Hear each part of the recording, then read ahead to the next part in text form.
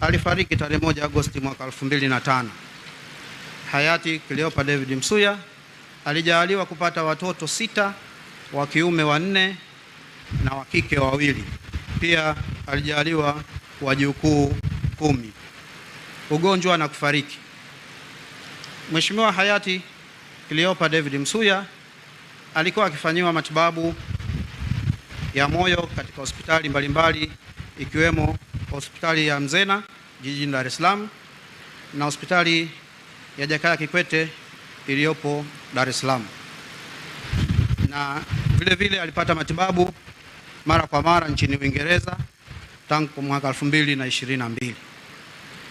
Mheshimiwa Cleopa David Msuya amefariki au alifariki tarehe 7 Mei mwaka 2025 majira ya saa 3 asubuhi akiwa na umri wa miaka